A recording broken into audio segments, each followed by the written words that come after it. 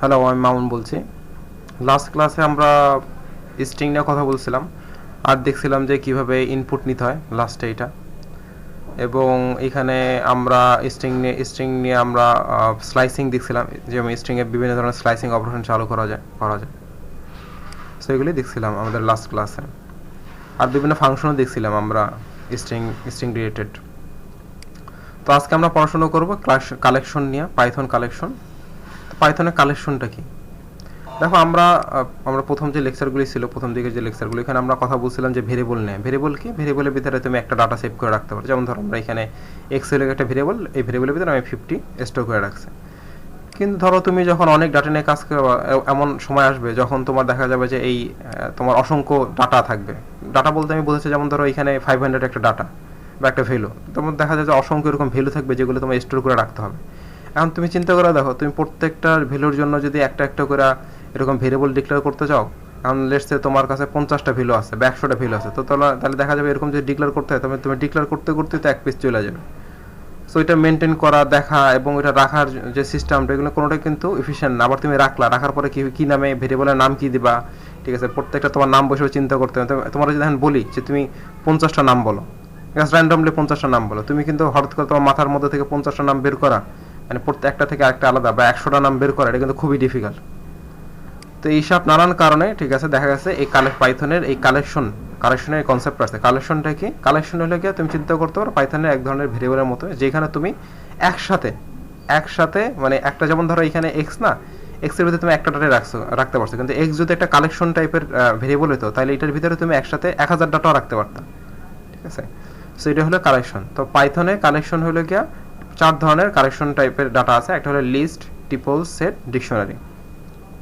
তো প্রথমে আমরা লিস্ট নিয়ে কথা বলবো। তো একটু এর আগে একটু বলে নিই যে লাস্ট ভিডিওগুলো আমার অনেক বড় হয়ে গেছে। আমার কাছে মনে হয় যে অনেকেরই একটু ডিফিকাল্ট হয়ে যায় যে আমরা যখন 30 মিনিট বা 40 মিনিটের মতো লং ভিডিও করি। তো আমি চেষ্টা করবো যে এখন থেকে যে ভিডিওগুলো আছে এগুলো একটু ছোটো করে করার জন্য। আচ্ছা, সো আমরা বলতেছিলাম লিস্ট নিয়ে। সো প্রথমে আমরা কথা বলবো লিস্ট নিয়ে। লিস্ট হলে কালেকশন টাইপের ডাটা, যেটা বলতেছিলাম লিস্ট হলে একটা তুমি ভেরিয়েবলের মতো চিন্তা করতে পারো। যেমন ধরো আমরা যদি এক্স যদি লিস্ট হতো, তাহলে এটার ভিতরে আমি 100টা না 1000, 2000, 3000 ভ্যালু রাখতে পারতাম।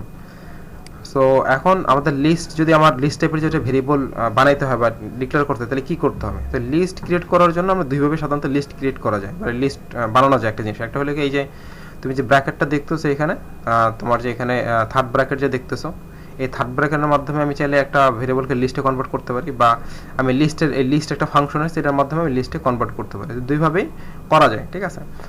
তো এখানে দেখো লিস্টের কিছু প্রপার্টি আছে। লিস্টে হলে গিয়া যে ডাটাগুলি যখন রাখে, ঠিক আছে, এগুলি মানে একটার পর একটা খুব সুন্দরভাবে সাজায় রাখে ডাটাগুলি, ঠিক আছে। ধরো তুমি লিস্টে একটা ভেরিয়েবল, আমি যেটা বলতেছিলাম আগে, যে এক্স যদি একটা লিস্ট ভেরিয়েবলে হইতো আর এটার ভিতরে তুমি 1000 যদি ডাটা রাখতা, তাহলে কি করতো? এই 1000 ডাটা একটার পর একটা সুন্দরভাবে রাখা যেত। আবার এই লিস্টের ভিতরে যে ডাটাগুলি রাখতা, তুমি চাইলে কিছু ডাটা রিপিটেডও হইতে পারতো, ঠিক আছে। রিপিটেড যেমন ধরো তুমি 100 রাখলা 100 বার, ঠিক আছে, বা 50 রাখলা 200 বার, বা 7 রাখলা ধরো 3 বার, ঠিক আছে। এইভাবে রিপিটেড ডাটা তুমি রাখতে পারবা যদি লিস্টের ভিতরে। অ্যাট দ্য সেম টাইম লিস্টের ভিতরে তোমার ধরো তোমার 1000 তোমার একটা লিস্ট আছে, সেটার ভিতরে 1000 এরকম ডাটা আছে।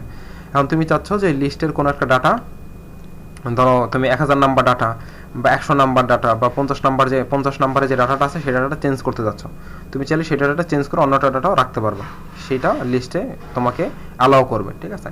সো আজকে আমরা লিস্ট নিয়ে দেখবো, কিছু বেসিক লিস্ট নিয়ে দেখবো। সো আমি আগে বলছিলাম যে লিস্ট যদি ক্রিয়েট করতে হয়, তাহলে লিস্ট ক্রিয়েট করার জন্য তোমার এরকম থার্ড ব্র্যাকেট ইউজ করতে হবে। যেমন এখানে আমি এ ইকুয়াল টু তোমার এরকম থার্ড ব্র্যাকেট দিয়ে দিলাম। তো এটার থার্ড ব্র্যাকেটের ভিতরে আমি যাই লিখবো না কেন, ঠিক আছে, সেটা লিস্ট হিসেবে কনভার্ট হবে, এবং এটা তখন একটা লিস্ট ভেরিয়েবল হিসেবে তুমি চিন্তা করতে পারো, ঠিক আছে। সো আমি এ লিখে ইকুয়াল দিয়ে থার্ড ব্র্যাকেট দিলাম। এখন যদি তুমি রান দিই এটারে, ঠিক আছে, এখন যদি তুমি টাইপটা দেখতে চাও, এর টাইপটা দেখতে চাও, এখন একে বলবে লিস্ট, তাহলে এটা লিস্ট টাইপের একটা ভেরিয়েবলের মতো তুমি চিন্তা করতে পারো। তো লিস্টের মধ্যে তুমি কি রাখতে পারো? লিস্টের ভিতরে তুমি একসাথে অনেকগুলি ডাটা রাখতে পারবা, ঠিক আছে। সো আমরা চাইলে বি লিখে লিস্ট দিলাম, ঠিক আছে, আমি যদি এরকম দিই, ঠিক আছে। সো এটা বলতেছে বি হইল গিয়ে একটা লিস্ট, ঠিক আছে। এখন তুমি চাচ্ছ যে তুমি তো লিস্ট বানায় ফেললে একটা ভেরিয়েবল, এখন তুমি চাচ্ছ লিস্টের ভিতরে ডাটাটা কিভাবে রাখবা। ওকে, ঠিক আছে, এটা হলো আমার এই হলো লিস্ট ভেরিয়েবল আমরা বললাম, ঠিক আছে। এ দিয়া এখন আমি যে ডাটা রাখতে চাই, তাইলে আমি কমা দিয়ে রাখবো, ঠিক আছে। যেমন 1 রাখলাম, কমা দিয়া এ রাখলাম, এই যদি স্ট্রিং এখানে আমার কোটেশন দিয়ে রাখতে হয়েছে, আবার কমা দিয়ে 500 রাখলাম, কিন্তু আমি যখন এক্স এর ভিতরে কিন্তু একটাটাই রাখতে পারি, এটার ভিতরে কমা কমা কিন্তু 2টা 3টা 4টা এরকম যদি আমি 500 রাখি, আবার যদি মনে করো 50 রাখি, আবার যদি 2 রাখি, এখন যদি রান দিয়ে দেখবে ইরোর দেখাবে, ঠিক আছে। এটা কিন্তু তোমার মানে ওই টাইপটা থাকবে না। ইরোর বলতে হলে তোমার নর্মাল যে আমরা ভেরিয়েবল হিসেবে যেভাবে ডিক্লেয়ার করি এভাবে থাকবে, এটা অন্য একটা টাইপে কনভার্ট হয়ে যাবে, ঠিক আছে। বেসিক্যালি এটা টিপলে কনভার্ট হয়ে গেছে, যাই হোক তোমার নর্মাল ভেরিয়েবল থাকবে। নর্মাল ভেরিয়েবল হলে তোমার যেমন ইন্টিজার টাইপের ভেরিয়েবল এক্স এখানে, ঠিক আছে, এক্স ইন্টিজার টাইপের ভেরিয়েবল, তো এক্সের ভিতরে তুমি একটাই রাখতে হবে। কিন্তু এখানে তুমি দেখো যে আমরা এই লিস্ট যখন ডিক্লেয়ার করছি, ঠিক আছে, টিপোলো কিন্তু বেসিক্যালি একটা বাই দ্য ওয়ে টিপোলো কিন্তু আমাদের একটা কালেকশন টাইপের জিনিস ছিল, ঠিক আছে। আমরা টিপোল নিয়ে পরে কথা বলবো, সমস্যা নেই। বাট নর্মাল একটা ভেরিয়েবলের ভিতরে তুমি কিন্তু একটার বেশি ডাটা রাখতে পারবা না।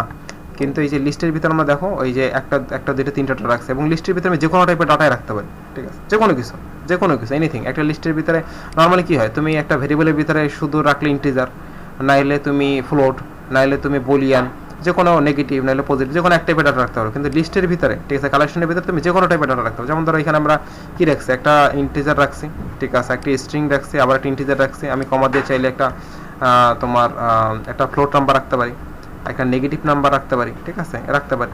আমি যে রান দিই, দেখো এটা কি বলতেছে, এটা একটা লিস্ট বলতেছে, ঠিক আছে। এইটা হলে কেমন লিস্টটা দেখতে রাখো, লিস্টের ভিতরে এই হলে ভ্যালু লিস্ট বলতেছে, ঠিক আছে। সো আমি চাইলে এই যেমন ধর আমি এক্স দিয়ে আমি একটু যেটা বললাম যে কমা কমা দিয়ে গেলাম, ঠিক আছে, কমা কমা দিয়ে গেলাম, আমি যদি কমা কমা দিয়ে যাই, ঠিক আছে, আমি এটারে লিস্টে কনভার্ট করে ফেলাম। আমি যদি এক্স এর ভিতরে কমা কমা দিয়ে ভ্যালুটা রাখলাম, সেই এক্সটা যদি আমি লিস্ট যে ফাংশনটা ছিল আমাদের সেটার ভিতরে পাস করে যদি বির কাছে দিয়ে দিই, তাহলে এটা লিস্টে কনভার্ট হয়ে গেল, ঠিক আছে। মানে ব্র্যাকেট দিয়ে রাখি যেহেতু তিনটার সাথে। ওকে, সো আমরা লিস্টের ভিতরে যে কোনো কিছুই রাখতে পারি, ঠিক আছে। আমরা চাইলে স্ট্রিংও রাখতে পারি। সো ধরো এটা হলে একটা স্ট্রিং, ঠিক আছে, আব্দুল্লাহ আমার নাম, এটা হলো আমার নাম।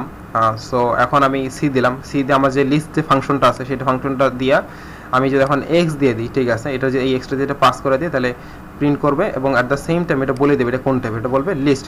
প্রত্যেকটা লেটার কিন্তু আলাদা আলাদা হয়ে যাবে, এটা বলতেছে লিস্ট। একটা জিনিস খেয়াল করো, ঠিক আছে, এটা কিন্তু লিস্ট বলতেছে, লিস্ট কাকে বলতেছে, সি কে বলতেছে লিস্ট।